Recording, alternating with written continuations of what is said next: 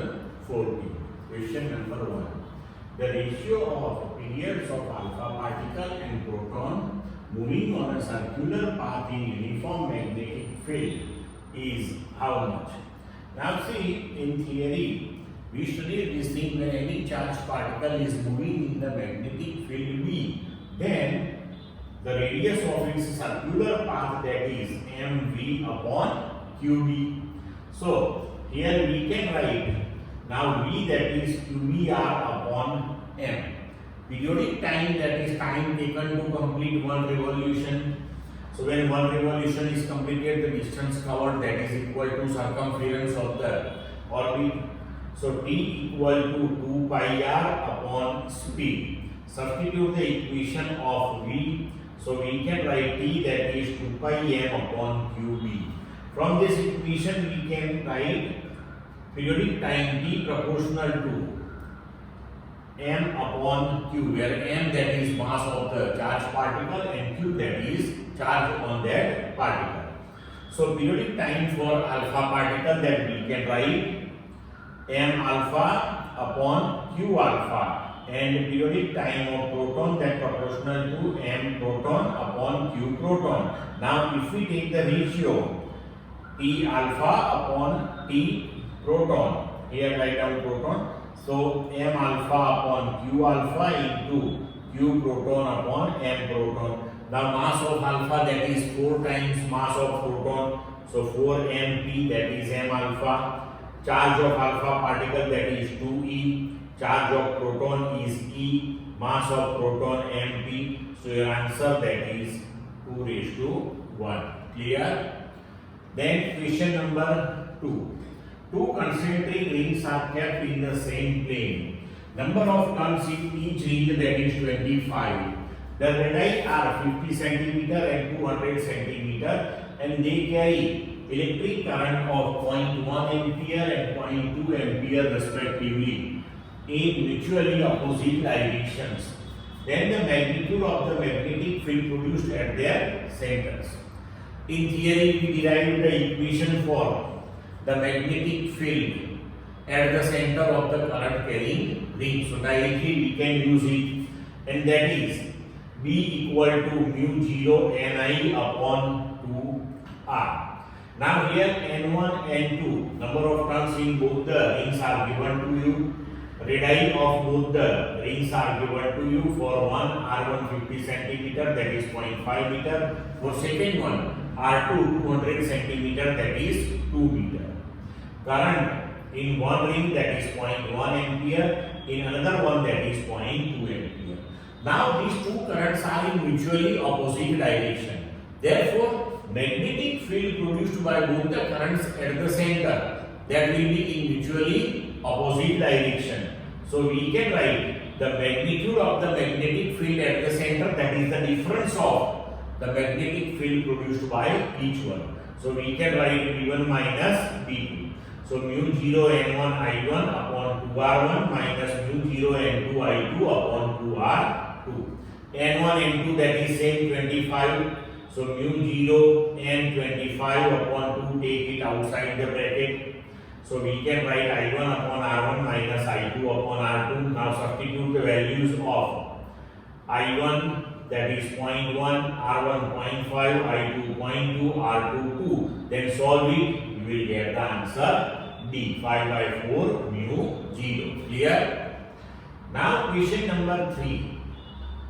The magnetic susceptibility of paramagnetic material is 1 into 10 raised to minus 5 at 27 degrees Celsius temperature. Then at what temperature its magnetic susceptibility would be? 1.5 into 10 raised to minus 5. Now in theory we studied this thing. For paramagnetic substance, the susceptibility inversely proportional to temperature. So simply we can write Im1 upon Im2, that is equal to T2 by T1. Now at what temperature your susceptibility will be this one?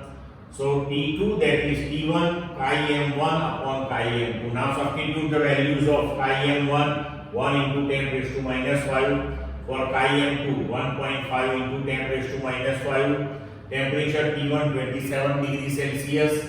So that is 300 Kelvin, and T2 that we want to calculate. So now in this equation of T2, substitute the value of T1, chi m1, chi m2 and then solve it. You will get the answer 200 Kelvin, and then in degree Celsius you will get the answer minus 73 degree Celsius. Here see all the answers given to you in terms of degree Celsius. So your answer in Kelvin that you have to convert. Clear? Now question number 4. The Earth's magnetic field at some place on magnetic equator of the Earth is 0.5 into 10 raised to minus 4 Tesla. Consider the radius of the Earth at that place as 6400 kilometer. Then magnetic dipole moment of the Earth is how much ampere meter square. Now we have the equation for the magnetic field at the equator of the magnet, that is mu 0 upon 4 pi m upon r e cube. Now mu 0 that is 4 pi into 10 raised to minus 7, or directly we can substitute here mu 0 upon 4 pi, that is 10 raised to minus 7. Radius is given to you 6400 kilometer. So that is 6.4 into 10 raised to 6 meter, and the magnetic field at the equator, that is 0.5 into 10 raised to minus 4 Tesla, that is also given to you. And we have to calculate the magnetic dipole moment m. So in this equation you have to make m as a subject. So we can write DERE cube upon 10 raised to minus 7. Substitute the value of DE 0.5 into 10 raised to minus 4, RE 6.4 into 10 raised to 6, and then cube of it 10 raised to minus 7 as it is. Then solve it. You will get the answer 1.31 into 10 raised to 23. So your answer is A. Now question number 5. Anti-Stokes lines in Raman scattering are the lines of high frequency and low wavelength that you have to remember, directly given to you in the theory. Now question number 6. The time taken by the sunlight to reach the bottom of a tank of depth 4.5 meter filled completely with water is how much nanosecond? The refractive index of water is 4/3. Now we know this thing, if the light propagates in the medium, then its velocity changes. So refractive index, that is defined as the ratio of velocity of light in vacuum to the velocity of light in the medium. So that is C by V. So V equal to C by N. C, that is velocity of light, 3 into 10 raised to 8 upon refractive index given to you 4/3.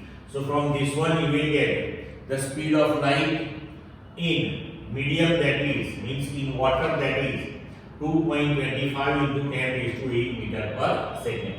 So time taken by light to reach at the bottom means to cover the distance, that is equal to 4.5 meter. So T, that is distance upon speed. So T, that is distance 4.5 meter upon speed 2.25 into 10 raised to 8. Now solve this one. You will get the answer 2 into 10 raised to minus 8. But here you have to give answer in nanosecond. So make this one as 20 into 10 raised to minus 9. Now this minus 9, that is nano. So 10 nanosecond, that is your answer. Now question number 7. A plano-convex lens fits exactly into plano-concave lens as shown in the figure. Their plane surfaces are parallel to each other. If the lenses are made of different materials of refractive indices 1.6 and 1.5 respectively, if R is the radius of curvature of curved surface of lenses, then the focal length of the combination. So here first of all we have to find the focal length of these two lenses. First one, that is plano-convex, second one, that is plano-concave. And then after we have to use the equation for the focal length of the combination of lenses. Now see, for plano-convex lens, first one, the refractive index is 1.6. Its first radius of curvature, that is r, and second radius of curvature, that is infinite, because the surface is plane one. Now we have the equation for the focal length 1 upon f1, that is n minus 1, 1 upon r1 minus 1 upon r2. Here substitute n equal to 1.6, r1 that is r, r2 that is infinite, and solve it. You will get 1 upon f1, that is 6 by 10r, or you can write f1 that is 10r by 6. In the same manner, now we have to find focal length of plano concave. For that, refractive index 1.5, r1 that is minus r, and r2 that is infinite. So 1 upon f2 that is 1.5 minus 1, 1 upon minus r minus 1 upon infinite.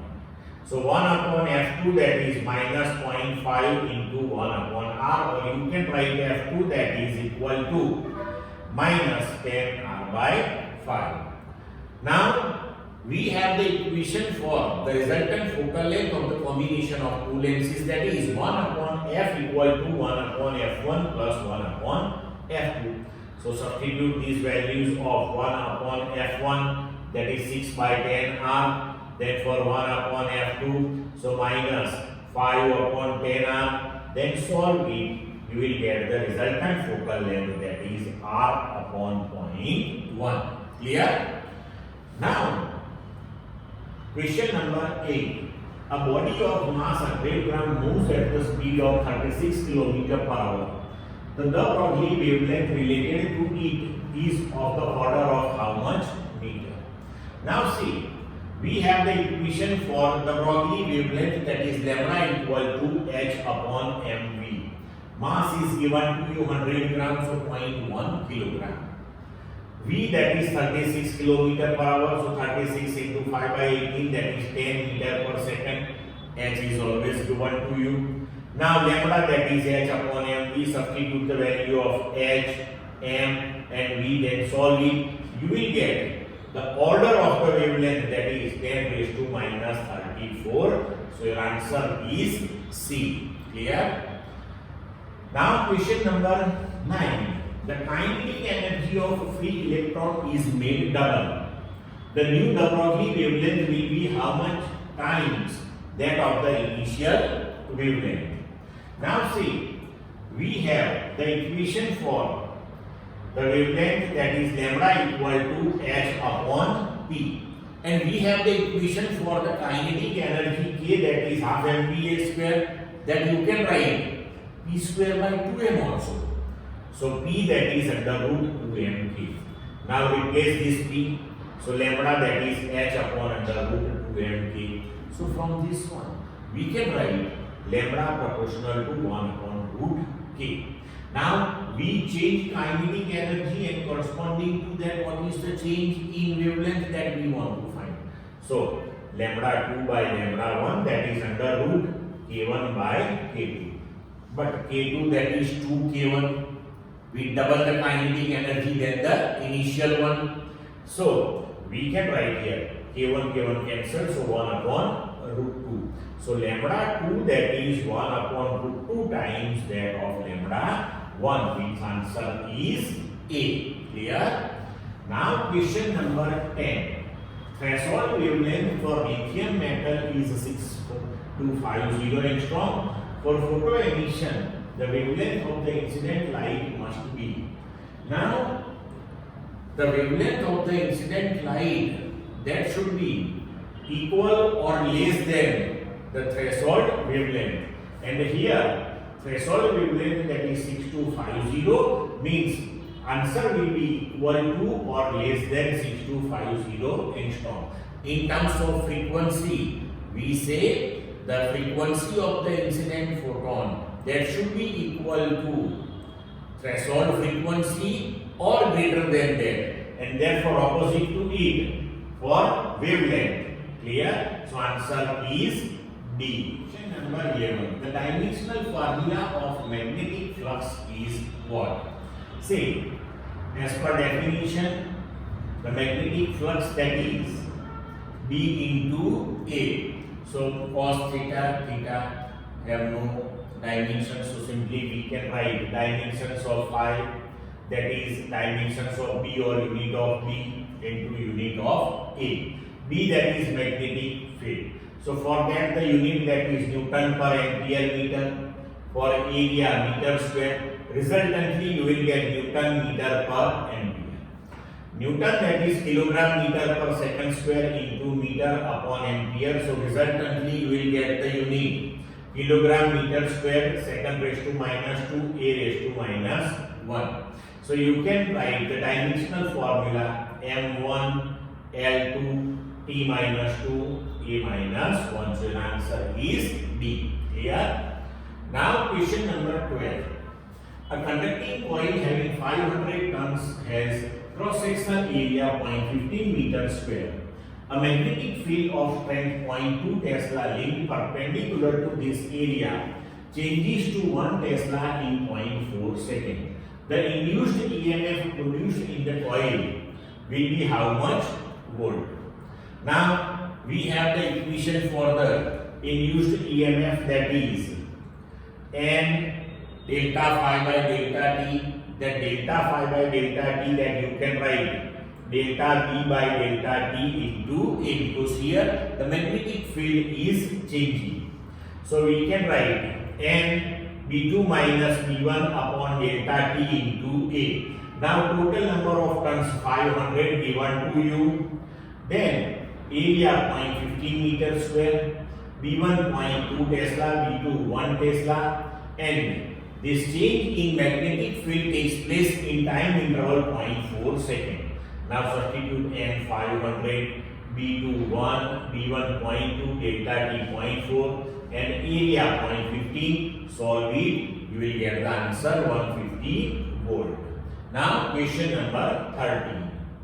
The output power in step-up transformer used in practice, that is always less than the input power, because there is always some loss of power in terms of heat. So answer is C. Now question number 14. A lamp consumes only 50% of maximum power applied in an AC circuit. What will be the phase difference between applied voltage and circuit current? Now we have the equation for power, that is VI cos phi, where cos phi, that is the power factor, and phi, that is the phase difference between voltage and current. Now from this equation we can write maximum power, that is VI, and lamp consume 50% of maximum power. So this power consumed, that is 50% of maximum one. VI, that is P maximum, cos phi, both the side P maximum cancelled. So cos phi, that is 1 by 2. So phi, that is 60. So our answer, that is pi by 3 radian, means A. Clear? Now question number 15. An electric current has both DC and AC components. DC component of 8 ampere and AC component is given as I equal to 6 sin omega t ampere. So I RMS value of the resultant current is what? RMS value means first of all you have to take square of the current, then you have to take mean of it, and then after you have to take root of it. Now see here, the DC current, that is 8 ampere, AC current 6 sin omega t. So resultant current, that is IDC plus IAC, so that is 8 plus 6 sin omega t. Now first take square of it. So I square, that is 8 plus 6 sin omega t whole square. So that is 64. 30 plus 36 sin square omega t plus 96 sin omega t. Then take average of it, means mean. So 64 plus 36 mean of sin square omega t, then 96 mean of sin omega t. Now mean or average of sin omega t over one period, that is always 0. and average of sin square omega t over one period, that comes to 1 by 2. That we know because sin square omega t, that is 1 minus cos 2 omega t by 2. So your answer will be 1 by 2 because for cos omega t, average over one period will be 0. So resultantly we will get average of I square, that is 82. Now take square root of this one. So you will get I RMS, that is under root 82, and that is 9.05 ampere. So your answer is A. Clear? Question number 16. The wavelength of the short radio waves, microwaves and ultraviolet waves are lambda 1, lambda 2 and lambda 3 respectively. Arrange them in decreasing order. Now for radio waves, the wavelength is largest one, for microwaves less than that, and for ultraviolet that is less than that. It implies that our answer will be A, lambda 1, lambda 2, lambda 3. And the range of all these waves are as per given here, and that is given to you in the theory of electromagnetic spectrum also. So that you have to remember compulsorily.